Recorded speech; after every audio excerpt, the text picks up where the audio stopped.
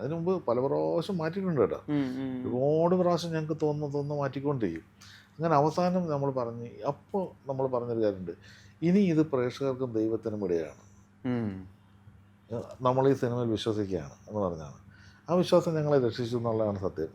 അല്ലാതെ അത് എന്നിട്ടും ഇത്രയും ഗംഭീരമാണെന്ന് നമ്മളെല്ലാവരും കണ്ടിട്ടും ഞങ്ങൾ വെളിയിൽ വന്നൊന്നും പറഞ്ഞില്ല.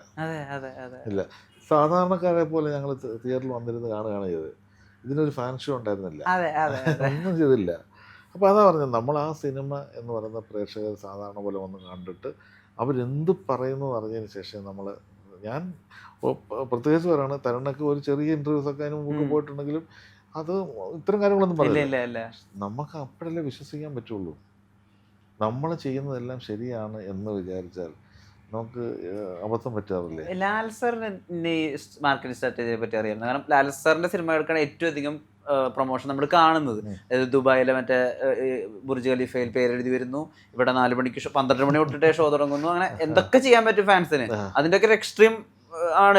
വിജയ്ക്കൊക്കെ തമിഴ്നാട്ടിൽ ചെയ്യുന്ന പോലെയാണ് ലാലിനോട് ചെയ്യുന്നത്. അദ്ദേഹത്തിന് ഇതിനെ പറ്റി അവയറായിരുന്നു. അതായത് സാധാരണ പടം പോലെ ഞാൻ ഇതിന്റെ ഫാൻസിന്റെ ആളുകളെല്ലാവരും എന്നെ വിളിച്ചിട്ട്, ഇവരെല്ലാവരും ഒരു സമയത്ത് തന്നെ വിളിച്ചിട്ട് ഈ ഇന്ന സ്ഥലത്ത് മറ്റേ ടിക്കറ്റ് ബുക്ക് ചെയ്ത് ഇന്നത്തെ ഫുള്ളാണ് മറ്റേ എന്നൊക്കെ പറഞ്ഞ് ഷോർട്ട് ടൈമും ഒക്കെ അങ്ങ് ഫിക്സ് ചെയ്യാൻ തുടങ്ങിയപ്പോൾ ഞാൻ തന്നെ അവർക്ക് ഒരു പോസ്റ്റ് പോലെ അവർക്ക് ഇട്ട് കൊടുത്തു, ഈ സിനിമ 10 മണിക്ക്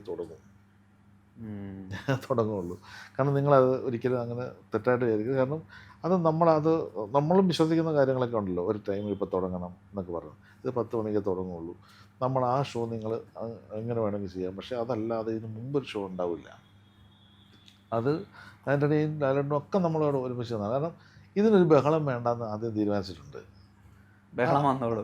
അല്ല, ആ ബഹളം അതാണ് ഞാൻ പറഞ്ഞത്, പ്രേക്ഷകർ തീരുമാനിച്ച ബഹളമാവുമല്ലോ.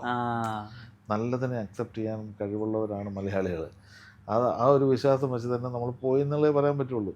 ഇത് ഓവർ കോൺഫിഡൻസ് ഓഡിയൻസ് ശേഷി എന്ന് പറയുന്നതല്ല, പക്ഷെ അങ്ങനൊരു വിശ്വാസം ഉണ്ടായിരുന്നു. അത് തീർത്തും നമ്മളെ അത് നിരാശപ്പെടുത്തിയില്ല എന്നുള്ളതാണ് ഇപ്പോഴത്തെ സത്യം. ഈ പടം റിലീസായപ്പോൾ തൊട്ട് തന്നെ പിന്നെ ഒരു സൈഡിൽ നിന്ന് ട്രോളുകൾ വരാൻ തുടങ്ങി. ഹിന്ദിയിൽ നിന്ന് അക്ഷയ് കുമാർ വരുന്നു, തെലുങ്കിൽ നിന്ന് വിക്ടറി വെങ്കടേഷ് വരുന്നു, റൈറ്റ്സ് വെച്ചിട്ട് വന്ന്. ഇപ്പോൾ തുടരേണ്ട റീമേക്ക് റൈറ്റ്സ് ആക്ച്വലി സോൾഡ് ആണോ? അല്ലല്ല, റീമേക്സ് റൈറ്റ്സിന് വേണ്ടി എല്ലാവരും സംസാരിക്കുന്നുണ്ട്. നമുക്ക് ഇന്ത്യയിൽ ഏറ്റവും ഭയങ്കര അഭിമാനം എന്ന് വെച്ചാൽ ഇന്ത്യയിൽ ഒരുപാട് മികച്ച നടന്മാർ ഈ സിനിമ കണ്ടു കഴിഞ്ഞു. കാരണം വെച്ചാൽ നമ്മൾ അവർക്ക് വേണ്ടി ഷോസൊക്കെ അറേഞ്ച് ചെയ്ത് കൊടുത്തിട്ടുണ്ട്. അപ്പോൾ അതൊരു വലിയ നമ്മുടെ ഒരു നേട്ടമായി ഞാൻ കാണുന്നത്. കാരണം ചെയ്യാതിരിക്കുക എന്നുള്ളതിൻ്റെ അല്ല, പക്ഷേ അവരൊക്കെ ഇത് കാണണമെന്നും അവിടെയൊക്കെ ഇത് ചർച്ച ചെയ്യപ്പെട്ടു എന്ന് പറയുന്നതിനകത്ത് വലിയ സന്തോഷമുണ്ട്. പിന്നെ തെലുങ്കിലും തമിഴിലും ഒക്കെ നമ്മൾ ഇത് ഡബ് ചെയ്ത് ഇറക്കിയിട്ടുണ്ടായിരുന്നു. അതൊക്കെ നന്നായി. എന്ന് വെച്ചാൽ ഒന്നാമത്തെ കാര്യം, അവിടെയൊക്കെ നല്ല റിവ്യൂസും നല്ല കാര്യങ്ങളും നമുക്ക് കിട്ടി. അപ്പം നമുക്കൊരു മലയാള സിനിമയ്ക്ക് സാധാരണ കിട്ടാത്തൊരു കാര്യമുണ്ട്, നമ്മുടെ മലയാളം പടങ്ങൾ മാത്രമാണ് സൗത്തിൽ മറ്റു ലാംഗ്വേജിൽ അങ്ങനൊരു റീച്ച് ഇല്ലാതെ പോകുന്നത്.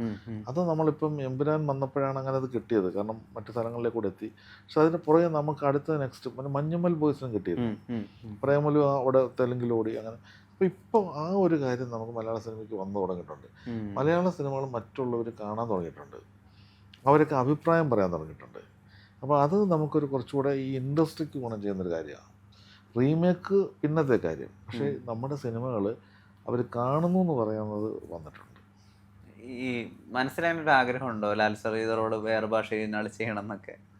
എനിക്കതെന്ന് വെച്ചാൽ നമുക്ക് ഞാൻ വ്യക്തിപരമായ കാര്യം പറയുകയാണ്, എനിക്ക് അങ്ങനെ ഒരാളെ ആലോചിക്കാൻ പോലും പറ്റുന്നില്ല. കാരണം ഈ മൈന്യൂട്ടായിട്ടുള്ള പല ഒരു കാര്യങ്ങൾ ആക്ട് ചെയ്യുക എന്ന് പറയുന്നത്, അത് പലപ്പോഴും നമ്മളിപ്പോൾ കിരീടം നമ്മൾ അവിടെ റീമേക്ക് ചെയ്യപ്പെട്ടിട്ടുണ്ട്, നിർദ്ദേശം എന്നൊക്കെ പറഞ്ഞത്. നമുക്ക് മോഹൻലാൽ എന്ന് പറയുന്ന ഒരാളുടെ ഏറ്റവും വലിയ പ്രത്യേകത എന്ന് പറയുന്നത് കണ്ണുകൾ ഭയങ്കര ഭീകരമായി വർക്ക് ചെയ്യും.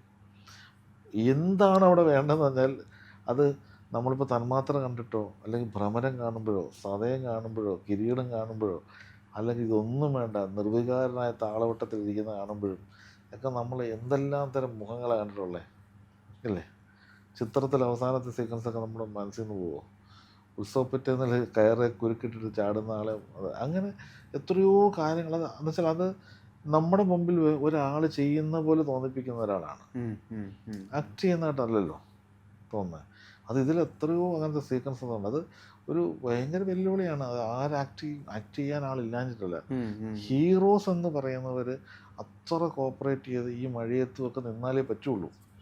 ഇതൊരു പെട്ടെന്നൊരു സ്റ്റാർഡം ഉള്ള ഒരാൾക്ക് അക്സെപ്റ്റ് ചെയ്യാൻ പറ്റാത്ത ഒരുപാട് കാര്യങ്ങളുണ്ട്. പിന്നെ ഉണ്ട്, സൂപ്പർ സ്റ്റാറിനെ അക്സെപ്റ്റ് ചെയ്യാൻ പറ്റാത്ത കാര്യങ്ങളുണ്ട്. അത് അത്രയ്ക്കും കഷ്ടപ്പെട്ട് ചെയ്യുന്ന ഒരാൾ അത് അങ്ങനെ വരണം ആണ്. അത് ആളില്ലാഞ്ഞിട്ടില്ല, പക്ഷെ അവർ ചെയ്യാൻ തയ്യാറാവും എന്നുള്ളത് എനിക്കറിയില്ല. തരുൺ ഇപ്പൊ എവിടെയാണ്? തരുണ് ലോകത്ത് തരുണെന്ന് വെച്ചാൽ സത്യം പറഞ്ഞാൽ ഇങ്ങനൊരു ഞാൻ പറയുന്ന നാഷണൽ അവാർഡ് കിട്ടിയ അതിനേക്കാൾ സന്തോഷത്തിലാണ് നടക്കുന്നത്. കാരണം നാഷണൽ അവാർഡ് കിട്ടുന്ന ഒരു പെട്ടെന്ന് പ്രഖ്യാപിച്ചു 3-4 ഇത് തരുൺ പറയുന്ന ചേട്ടാ അത് 3-4-5 ദിവസം ഫോൺ കോൾ കഴിഞ്ഞപ്പോൾ നിർത്തി. ഇതെനിക്ക് ഫോൺ എടുക്കാനേ പറ്റുന്നില്ല.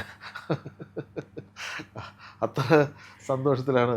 കാരണം അത് എന്താ വെച്ചാൽ ചെറിയ പ്രായത്തിൽ എല്ലാം ശ്രദ്ധിക്കപ്പെടുന്ന സിനിമകൾ ഉണ്ടാക്കുക, അത് ഇത്രമാത്രം പ്രകീർത്തിക്കപ്പെടുക, അത് ഒരു സംവിധായകനെ സംബന്ധിച്ചിടത്തോളം വലിയൊരു കാര്യമല്ലേ. ഈ സിനിമ ഇറങ്ങിയ സമയത്ത് അല്ലെങ്കിൽ ഇത് ഇറങ്ങാൻ മുമ്പ് ദൃശ്യമായിട്ടുള്ള സാമ്യ ആളുകൾ പറഞ്ഞിരുന്നു. ജിത്തു ജോസഫ് ഈ സിനിമ കണ്ടിട്ടുണ്ടോ ഇതുവരെ? കണ്ടു എന്ന് എനിക്ക് തോന്നുന്നില്ല. കണ്ടിട്ടുണ്ട്, എന്നോട് വിളിച്ചേനെ. കണ്ടിട്ടുണ്ടെങ്കിൽ വിളിച്ചേനെ, കണ്ടിട്ടില്ല. എന്നെ വിളിച്ചിട്ടില്ലാത്തതുകൊണ്ട് എനിക്കറിയില്ല, കണ്ടിട്ടില്ല എന്നാ തോന്നുന്നത്. ഇതിനകത്ത് ഫാമിലി എന്ന് പറയുന്നതേ ഉള്ളൂ. അതെ ഫാമിലിയും പിന്നെ മിസ്റ്ററിയും അതേ ഉള്ളൂ. അത് വെച്ചാണ് പറയുന്നത്. അത്തരം കഥകൾ നമുക്ക് എത്രയോ നമുക്ക് പണ്ട് തൊട്ട് നമുക്ക് വന്നിട്ടുള്ളതാണ്. അപ്പം എങ്ങനെ ട്രീറ്റ് ചെയ്യുന്നു എന്നുള്ളതാണല്ലോ. ഈ തുടരും ഫോണ്ട് കണ്ടുപിടിക്കാൻ എത്ര നേരം പിടിച്ചു? അത് ശരിക്കും പറഞ്ഞാൽ ഈ യെല്ലോ ടൂത്ത് എന്ന് പറഞ്ഞ കമ്പനിയാണ് അത് എഴുതിയിരിക്കുന്നത്. അവരൊരു എനിക്ക് തോന്നുന്നൊരു 100 പ്രാവശ്യമെങ്കിലും പല പല കാര്യങ്ങൾ എഴുതിയിട്ടുണ്ടാവും. പക്ഷെ അങ്ങനെ നമുക്ക് വന്ന് അവർ നല്ല ബ്രില്യൻ്റ് ആയിട്ടുള്ള ആളാണ്. അപ്പോൾ അവർ പലതരത്തിൽ എഴുതിയിട്ട് ഏറ്റവും അവസാനം തരുണിൻ്റെ ഒരു കാര്യമാണ് ആ തുന്നിക്കെട്ട് ചേർക്കുന്നത്. അത് അതിനകത്തൊരു പ്രത്യേകത ഉണ്ടായിരുന്നല്ലോ, തയ്ച്ചു വെച്ചിരിക്കുന്നത് പറയുന്നത്. അപ്പോൾ അത് ഉൾപ്പെടെ വന്നിട്ട് അപ്പോൾ അതിൽ ശ്രദ്ധിച്ചാൽ അറിയാം, നിങ്ങൾ അതിനകത്ത് ശ്രദ്ധിക്കുന്ന ഒരു തൂ എന്ന് പറയുന്ന പഴയ കണ്ടിട്ടുണ്ടോ? അതെ, പഴയ ഇങ്ങനെ എഴുതുന്നതിന് പകരമായിട്ട് ടാ, അതെ രാ രു എന്ന് പറയുന്നത് ഇങ്ങനെ കിടക്കുന്നത്.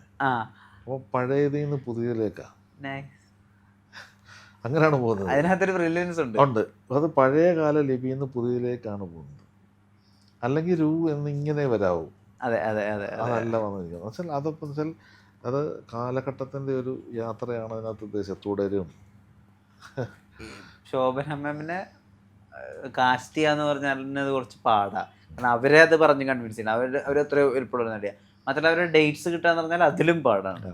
ഇതിലവരെ കൊണ്ട് ഇതുവരെ അവർ ചെയ്യാത്തൊരു കൈൻഡ് ഓഫ് പെർഫോമൻസും ആണ്. ആദ്യമായിട്ട് അവർ ഡബ് ചെയ്യുന്നു അവരുടെ ഓൺ വോയിസിലൊക്കെ. ശോഭന എന്നെ വെക്കാം, അല്ലെങ്കിൽ ഇത് നമുക്ക് അവരുടെ ഡേറ്റുകൾ കിട്ടാൻ ശ്രമകരമാണെങ്കിൽ ആ ചോയ്സ് തരുണിൻ്റെ ആയിരുന്നു സാറിൻ്റെ ആയിരുന്നു? അല്ല വെച്ചാൽ ഇതിനകത്ത് ആദ്യം നമ്മൾ സ്ഥിരം കുറേ ആളുകളൊക്കെ അങ്ങനെ വരാൻ പറ്റാത്ത വേഷം എന്ന് വെച്ചാൽ ഇത്രയും വയസ്സായ മക്കളുണ്ട്, അങ്ങനെ കുറേ കാര്യമുണ്ട്. അപ്പം നമ്മൾ ആദ്യം തന്നെ ഒരു കാസ്റ്റിങ്ങിലൊരു ഡിഫറൻസ് എന്തെങ്കിലും കൊണ്ടുവരണം എന്നൊക്കെ പറഞ്ഞ് തരുൺ ആദ്യം തൊട്ടേ പറയുന്നുണ്ട്. അപ്പം അങ്ങനെ ഇരിക്കുമ്പം ശരിക്കും അപ്രോച്ച് ചെയ്ത് സംസാരിച്ചാണ് ജ്യോതികയുടെ അടുത്ത്. ജ്യോതിക്ക് കഥയും കാര്യങ്ങളൊക്കെ ഇഷ്ടപ്പെട്ടു. പക്ഷേ ഒരു മാസം കഴിഞ്ഞ ഡേറ്റ് ഉള്ളൂ. ജ്യോതിക ഇപ്പം പടം കണ്ടിട്ട് വിളിച്ചിരുന്നു, എനിക്ക് നഷ്ടപ്പെട്ടു പോയി എന്തായിരുന്നു പറഞ്ഞത്. പക്ഷേ നമ്മളിപ്പോഴും പറയുന്നത് എൻ്റെ അഭിപ്രായം പറയാണ്, അത് കറക്റ്റ് ശോഭന തന്നെയാണ്, ശോഭന തന്നെയാണ്.